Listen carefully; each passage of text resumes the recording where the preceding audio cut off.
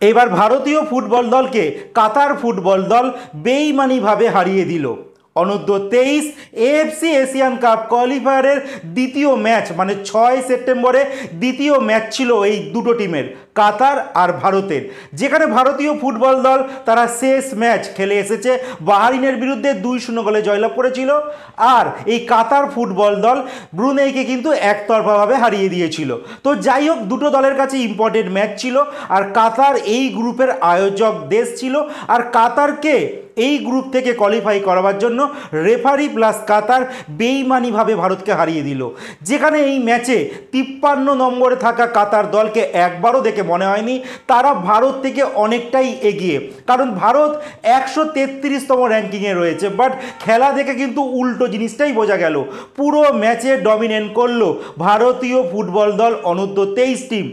একবারও বোঝা গেল না কে ওয়ার্ল্ড কাপ খেলা টিম, ভারত নাকি কাতার। সেখানে কিন্তু বারবার প্রমাণ হচ্ছে ভারতই যেন ওয়ার্ল্ড কাপ খেলা একটা টিম। তারপরও এক গোলে এগিয়ে গিয়েছিল কাতার ফুটবল দল, কিন্তু দ্বিতীয় হাফে ভারতীয় ফুটবল দল একটা গোল শোধ করে দেয়।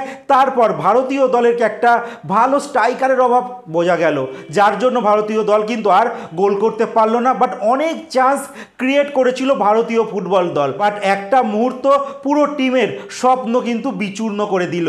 রেফারি ইচ্ছাকৃতভাবে একটা ড্রাইভ নাটককে, যেটা দেখো স্ক্রিনে তোমাদের দিয়ে দিয়েছি, ভিডিওটাতে তোমরা ক্লিয়ার বুঝে যাবে যেটা পেনাল্টি নয়, কিন্তু রেফারি পেনাল্টি দিয়ে দিয়েছে। আমি সেই সময় বলছিলাম লাইভে যে রেফারিরা কিন্তু এই ওয়েস্টার্ন এশিয়ার সঙ্গে যখন খেলা হয়, একটা খেলোয়াড় যদি ড্রাইভ দিয়ে দেয়, ভারতের বিরুদ্ধে বলছি, তাহলে কিন্তু রেফারি পেনাল্টির সঙ্গে সঙ্গে দেয়। যেখানে লাস্ট ম্যাচেও কিন্তু বাহরিন করতে গিয়েছিল, বাট সেইবার কিন্তু সফল হয়নি। এই ম্যাচে কিন্তু সেটা হয়ে গেল।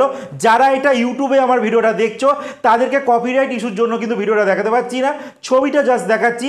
যারা তোমরা আমার ফেসবুক থেকে ফলো করছো, তারা কিন্তু দেখো ভিডিওটা তোমরা ক্লিয়ারই দেখতে পাচ্ছ যে কিভাবে অনৈতিকভাবে কিন্তু পেনাল্টি এই কাতার টিমকে দিয়ে দেয়। আলটিমেট কাতার কিন্তু 2-1 গোলে জয়লাভ পেয়েছে। আর এই গ্রুপে কিন্তু কাতার দুটো ম্যাচ জয়লাভ পেয়েছে, আর ভারতীয় টিম এই গ্রুপে টপ হয়ে সম্ভাবনাটা খুবই কম রয়েছে।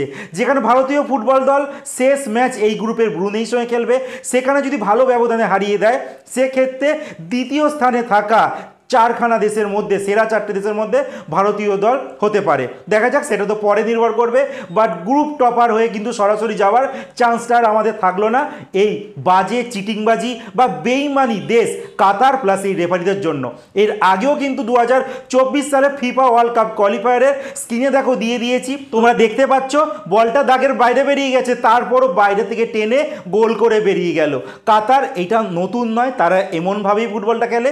তাছাড়া কিন্তু কাতারের তেমন কিছুই নয়, কাতারের সঙ্গে এর আগেও কিন্তু আমরা ড্র করেছি, তারপর থেকে তারা যেন এই বেইমানিটা একটু বেশি করেই করতে শুরু করেছে। যাই হোক, একজন ভারতীয় হিসেবে কিন্তু এটা খুব খারাপ লেগেছে। আর অনেকেই তোমরা দেখবে এএফসির যে অফিসিয়াল ফেসবুক পেজ রয়েছে, সেখানে তোমরা এই পোস্টের কমেন্ট সেকশানে গিয়ে একবার দেখে আসো, দারুণ দারুণ কিন্তু মজার কমেন্ট হচ্ছে ওইখানে। সেখানে পরিষ্কারভাবে বলা হচ্ছে এইটা পেনাল্টি নয়, রেফারি ইচ্ছাকৃতভাবে এই পেনাল্টিটা কাতারকে গিফট করেছে, যাতে কাতার এই গ্রুপ থেকে টপ করে যেতে পারে। যাই হোক, এখানে অনেকেই কিন্তু একটা ভালো শব্দ ব্যবহার করেছে, ওয়েল প্লেড কাতার নয়, ওয়েল পেড কাতার রেফারিকে করা হয়েছে। যাই হোক, কালকের এই ম্যাচটা নিয়ে তোমাদের কি মতামত সেটা কমেন্ট সেকশনে জানাতে একদমই ভুলবে না।